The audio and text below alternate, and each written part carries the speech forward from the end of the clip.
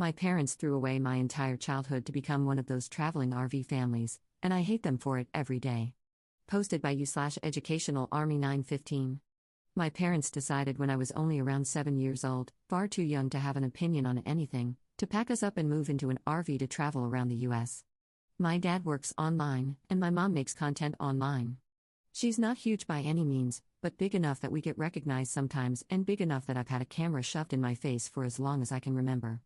For my privacy's sake, I won't say anything else about that, and I'm using a throwaway account because I've gotten enough attention already, and I'm sick of it. I sleep in a tiny bunk bed that I outgrew years ago, and the other bunk is the only space I have to put anything I own. I don't even have a room, just a curtain, and thank God I'm an only child, or else I would have to share the small space I already have. I was homeschooled for most of my education and then switched to online school at my own insistence for high school. I'm an 18-year-old girl. I don't have a single friend in person because the longest I've ever stayed anywhere is a month. I don't have a job and no way to get one because I'm not stationary, unless I find one online, which also means I have no way to move out and get away from them.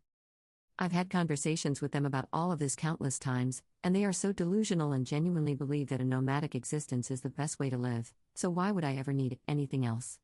I hate them for treating me like some pet they can just drag along in their plans rather than their child. I hate traveling, I don't like heat, I hate dealing with bugs, and I'm so sick of hiking. I can't wait for the day that I finally figure out a way to get away from them, their morning hikes, and cameras in my face. I've traveled around the US, yeah, but God forbid I want to have a normal life, go to college, or maybe even make some friends. That's asking too much. Update 2 weeks later.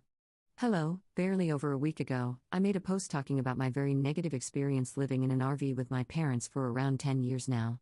Despite it being such a short time since I posted, a lot has changed for me. I don't know how many people here would be interested in an update on my situation, but I know quite a few were very concerned and would probably appreciate one, so here it is.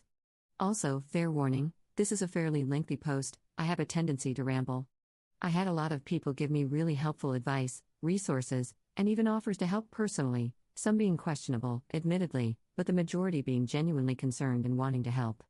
I very much appreciate that. It was slightly overwhelming, to be honest, and I ended up not responding to a lot of people, so you'll all have to forgive me for that. But even if I didn't respond much, I have been researching a lot of the information people gave me. Something that stood out to me was people asking if I had any family I could stay with, to which I had to respond, not that I know of, because I don't have anyone on my dad's side of the family, and my mom has strictly no contact with hers. I did not know if they were alive, if they cut her off, if she cut them off, or even any details about them, and my mom had never wanted to talk about it. What little information I did have was my mom's maiden name, which is pretty uncommon, and where she was born. In terms of trying to find family, that can actually get you surprisingly far, I've come to realize. I've always had a slight hatred for the internet because I never had a choice in my life being public knowledge, and I know that once something is out there, it's out there. But for the first time, I'm actually really grateful for the internet. I was able to find some information on my mother's side of the family and, specifically, was able to find my grandma's Facebook account, though it did take some effort. After a lot of stress over how to approach messaging her, or if I even should, as well as considering the potential outcomes, I messaged her, explaining my mom's life, who I was, and my situation. I won't go into details about why my grandma and my mom are no contact because that is not my story to share, but my grandma was appalled that she had a granddaughter she didn't even know about, especially considering the way my mother raised me. I found out I have an aunt and an uncle, both of whom my grandma told about me and my situation. I've been in pretty much constant contact with all of them since, just learning about each other. All of them want to help me get out of this living situation with my parents, and luckily, with me being 18 now, it's actually possible. Again, I don't feel entirely comfortable going into details, but I have arrangements to stay with my aunt, who lives in a big city on the West Coast that has a lot of potential opportunities for me to start college or whatever I see fit, which I'm happy to announce I do plan on figuring out. My uncle has kids, but my aunt lives on her own and has a spare bedroom, which she has no problem letting me stay in for as long as necessary. I have a train ticket scheduled and purchased by my aunt and enough money to get to the station. I'm currently talking with my family, still feels weird to type, and trying to plan out the details, like how or if I'm going to tell my parents. My mom doesn't have any information on where her family lives, so even if I were to tell my parents who I'm going to live with, they wouldn't know where I was specifically. Someone pointed out that if I do leave without telling them, I should leave a note or some form of proof that I left willingly. So if I opt out of a conversation, I'm planning on either leaving a note or filming a video explaining my plans and why I'm leaving, which would be kind of ironic, wouldn't it?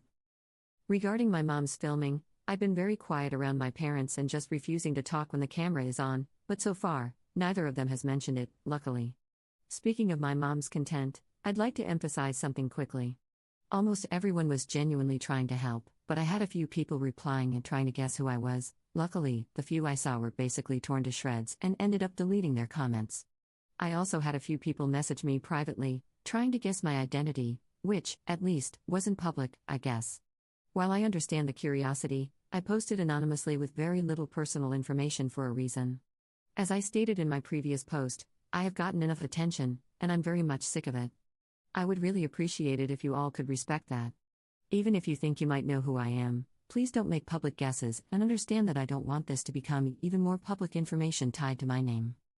Very long story short, I have set plans to leave, as well as a safe place to go with my aunt once I do, and I very much appreciate how many people have been so willing to help.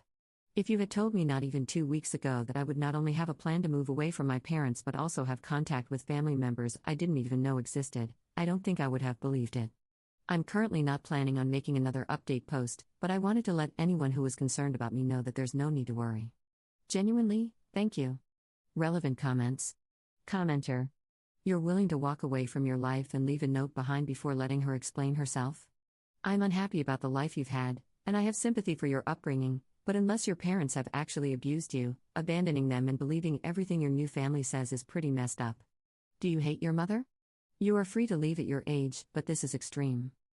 I'd go into shock if my kid up and left, even at 18, and even if they told me there were problems. I'd feel incredibly betrayed if my child left like that to be with family on no contact with. If you can't get any explanation for why your mother doesn't talk to them, maybe you aren't able to tell if they're lying to you. You know your social skills are lacking, you're going to tell them whatever they want to know, allowing them to hurt your mother even more. I couldn't forgive my child's betrayal like this, though I would always love them.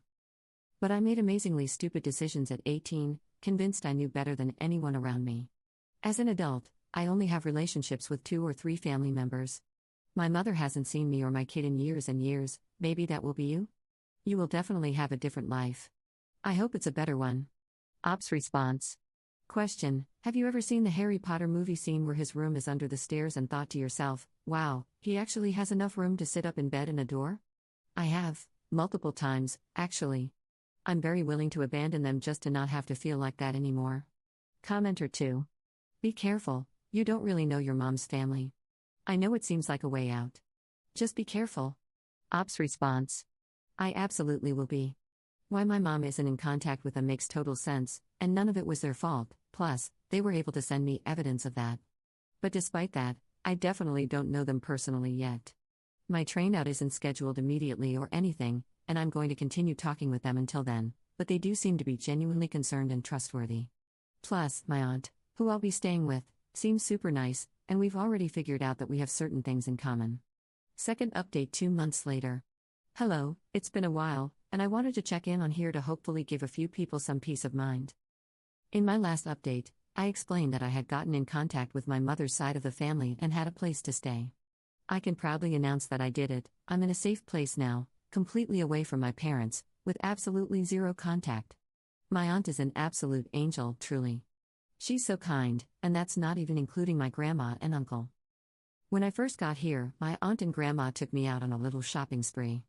They bought me clothes, decor, and furniture for my room, because I have one of those now, and honestly, anything they thought I would need. My uncle introduced me to my cousins. He has a younger son and a daughter who's very close in age to me, and I'd say we've become friends. I've been able to go out and do a lot of fun little things with her. My aunt is currently helping me research colleges near us, but she has reassured me that I can do everything at my own pace and that there's really no rush, that her home will always have a spot for me. My aunt, in general, is such a cool person. She's someone I very quickly started to look up to and have gotten close to. The more time we spend together, the more we realize we actually have a lot in common. I'm just so grateful to all of them for being here and being so supportive. My aunt is also really helping me figure out who I am as an individual. For the first time, I'm in charge of my identity, what I share and who I share it with. I dyed and cut my hair, got a nickname and have been exclusively going by it. My cousin is currently on a journey to help me learn what makeup I like. She's also introducing me to her favorite music groups as a self proclaimed cringe but free K pop fan. I have an entirely private Instagram account with all of 5 followers, and I plan on keeping it that way. I just feel like a normal teenage girl for once, and I've never felt happier. When I look in the mirror or just think about my life in general, I'm actually happy with it. I guess I never realized that I wasn't comfortable in my identity as a person because, honestly, I had bigger things to worry about. This is all more than I could have ever imagined, and honestly, I have a hard time even processing it sometimes. But I am officially in therapy now. So maybe I can start working on that, as well as processing my past and how it plays into my identity in the future. My new therapist is actually part of the reason I'm making this update. She thinks that posting this could be a good way to get closure to a certain extent. It's a way of acknowledging what I went through while also moving on into my new life, because I have my whole future ahead of me, one that I am very excited to experience. So, keeping that in mind, this will be my final update on here.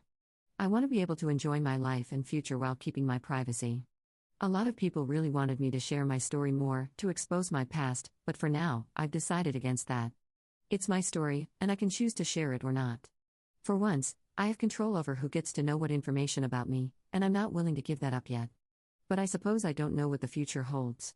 So, I'm asking as nicely as possible that people please respect that. I absolutely appreciate the support and advice so many have given me. Just know that I'm safe. I can honestly say that I'm happy. I'm planning out my future, what I want to do with my life, and who I am beyond just a persona on camera.